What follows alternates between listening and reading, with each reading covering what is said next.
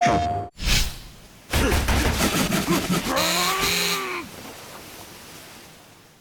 everyone and welcome to PlayStation Access. My name is Rosie and I've just made a squat toilet. And I'm going to put it right here in the middle of this patch of grass so everyone can see my work. Lovely. Happy New Year! It's the start of 2024 and that can only mean one thing. It's time to get ready for the release of Like A Dragon Infinite Wealth, coming to PS4 and PS5 on January the 26th. I am incredibly excited for this game's full release and was lucky enough to play a snippet of this game at a recent preview event. I mean, to me, this snippet felt huge. We had a good few hours with it. We ran around Honolulu, went to Dondoku Island, played a chunk of the story, and then fought the Tyrant of the Tides. And when our session was finished, I felt like I'd only scratched the surface of what's to come. So whilst we wait for the game's full release, here are 6 reasons Like A Dragon Infinite Wealth is going to consume my life. Yes, I already know this is going to happen.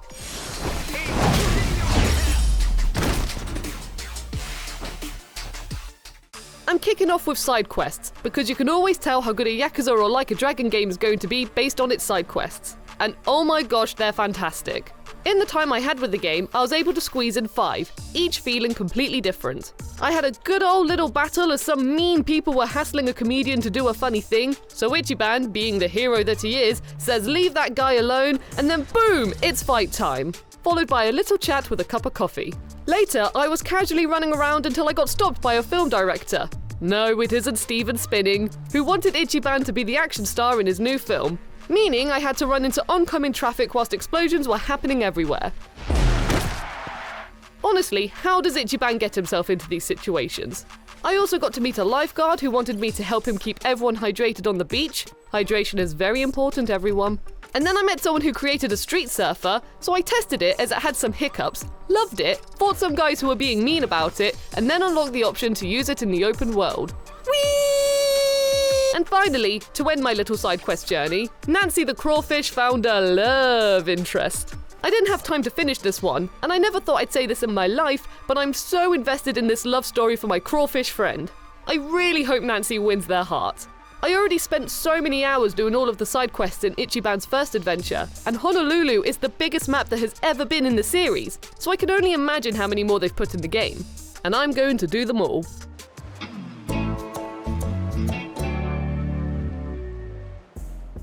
Speaking about the map, time flies by as there's so many things to do in this game.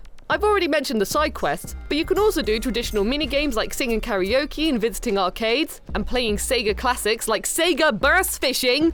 But you can also swim, find stuff in the sea, recycle things thanks to a lady, ride the aforementioned street surfer, which you can control manually or put in automatic mode, customize your street surfer, natter to people in the street, find locked boxes, visit new equipment and clothes shops, take pictures of people being rapscallions, which I did in the demo rather than this preview, but still, it's a thing, and have fights with literally anyone at any time. One moment I was just running in the road, not the safest thing, I know, but then some goons literally got out of their car to fight me. And another time I was running around the beach and got ambushed by a sandbagger. You can also try out all of the job roles when fighting. Old and new ones such as Desperado, Fire Dancer and Ninja, each with their own unique abilities. And if you watch my video on getting the platinum for Yakuza Like A Dragon, you will know how long I spent making sure all of my job role ranks were level 99. You can bond with your party members to strengthen them in fights, which you did in Yakuza Like A Dragon, but now there's more party members, which means more casual drinking and chatting in some of my favourite bars. There's more optional conversations, some with multiple choice questions, a bonding bingo card you can fill from these conversations, you can buy gifts and give them to party members, and eat delicious meals with them and trigger table talks, depending on your order, which I didn't get at the time. Clearly I'm not the best at getting combo meals. And as Kiryu, you can increase his Dragon of Dojima fighting stats by doing things in the world to check off tasks on his bucket list, and by finding nostalgic sites. Locations in the areas Kiryu looks at, reminisces about the past, and awakens the Dragon of Dojima within him more. I love these spots, not only because they mention Kiryu's legacy, but also because they use screenshots from previous games, which I just love to see.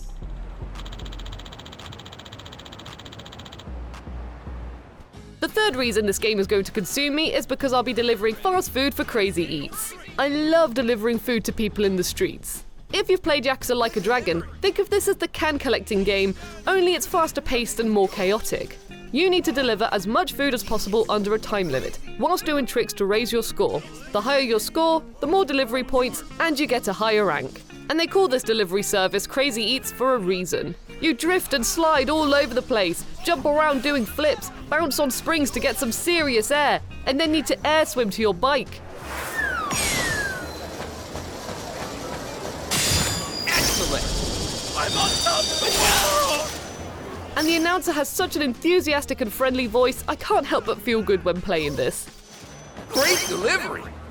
I had a blast playing this minigame, and I already want to get an S rank on all of the courses. And I know some of you may have already tried this thanks to the demo with Like a Dragon Guide and the man who erased his name, and are itching to get S ranks too.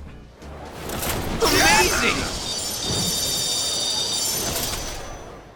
Another huge time sink are the Sujon fights, which are the fourth reason infinite wealth will consume my life. This was a fun gimmick in Like a Dragon, as you fought every type of enemy to add them to your Sujon catalogue, but now it has become a whole minigame, and I'm so happy about this. Sujon are the weird fantasy alter egos of the thugs you fight, and in infinite wealth you can add them to a Sujon team and then compete against someone else's Sujon team. I started with a team of 3 Sujon, but had the opportunity to recruit someone I just defeated to my team. Sadly, I didn't have all the items to do this, so I went to a gachapon machine in the arcade and bought some.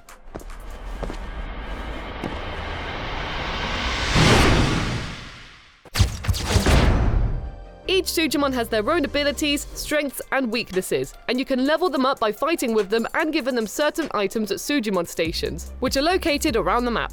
Ichiban will literally throw this liquid at a Sujon, and they love it. Sujon stations also allow you to awaken Sujon, increasing their stats by feeding them other Sujon of the same species. Please don't think about this realistically. And evolve them if they're fully awakened to raise their stats further and unlock new abilities. And once you've got your Sujon to a state where you think they'll do well, it's time to send them to battle. You can start fights through a Sujon station or by talking to strangers in the street. I loved experimenting with each fighter's abilities, getting used to how the turn-based fighting style worked, and Ichiban rooting for our team the whole time. Nicely done! But then I came across this stranger and I thought, the game won't put me in that hard of a battle yet, surely. So despite the level 43 warning, when I'm a level 5, I fought them. And my team's butts were absolutely kicked. But this got me pumped! I want to level up my team, I want to recruit more fighters, I want to fully utilize my team's strengths and weaknesses and position them according to fighting conditions. I want to spend so much time taking part in these battles, and hopefully, winning! We did it! You guys are the best! Come on, guys, gather around! Say cheese! The next reason I know this game is going to consume my life is a big one. Dondoku Island. Even Ryuga Gotoku's chief producer, Hiroyuki Sakamoto, said this expansion is so big, they could have made a whole game out of it. Dondoku Island is a rundown island you are tasked with bringing back to life to encourage tourists to come and visit and earn a 5-star ranking. You do this by increasing the island's popularity and customer satisfaction. Essentially, you make the island look awesome with decorations and buildings and provide visitors with the facilities they need. Like my squat toilet, which I then put a cushion in front of to make it more comforting. Still in the middle of the grass though. But how do you get these items here in the first place? Well, first of all, you clear an area which is filled with trash to make room for your refurbishment. Then you walk around looking for resources, such as wood from hitting trees or bits of rock from, well, hitting rocks. If you meet the conditions, you go to a DIY desk to make an item and put them in a space you've cleared up. As your island improves, you'll get new recipes to make new items, and the more you DIY, the better you will get at it, so you can make even cooler things. So as your island grows, you grow too. You can buy bits of furniture from the shop on the island too, but only with Doko Bucks, the currency exclusive to the island. You can also catch bugs and fish to increase the island's popularity, like, oh wow, there's loads of this bug on this island, ooh, to add them to the Dokopedia or even sell them for more Doko Bucks. You get daily challenges and suggestion box requests to complete to earn Doko Bucks, and then the shop has daily deals, so keep popping in to see what you can get for a cracking price. And when the full game is out, you'll be able to see other people's islands to see what they've done too. I was already hooked on improving my island from playing it for only a little bit.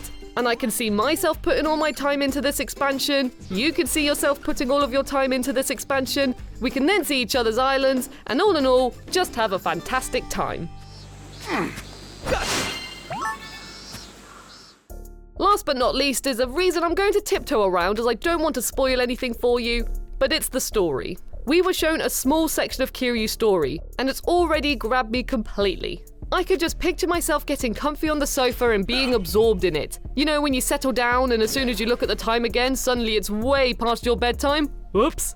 We played quite a heavy section of Kiryu's story, and my little heart was being thrown in all sorts of directions with the feels. Since playing it, I already can't stop thinking about what I saw, wondering where the plot will go next, and then thinking about how glued my eyes were to the game as I didn't want to be pulled away from it. And this was just for a part of Kiryu's story. We still have the rest of his adventure to go, and to see how Ichiban's story will play out too. I reckon this is going to be a huge tale.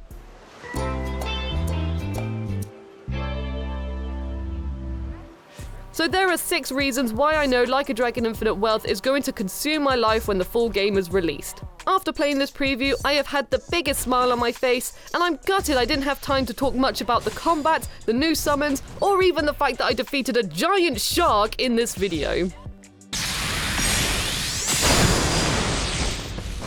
But please stay tuned to the channel, as trust me, I will have a lot more to say about this game in the upcoming weeks. But for now, please let me know how excited you are for this game in the comments, like it if you enjoyed it, subscribe if you'd like to see more content like this, and hit that notification button so that you stay up to date with the world of PlayStation. Thank you all so much for watching. PlayStation